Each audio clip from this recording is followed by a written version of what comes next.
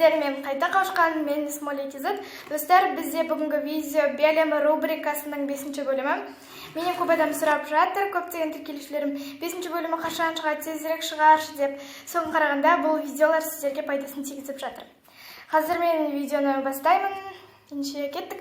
Және де достар, бүгін менің сіздерге ұсынатын биім жүгер биі, мастер-класс, себебі жүгер биіндегі қимылдар кішкене сіздерге ауыр болуы мүмкін. Достар, бастаймыз.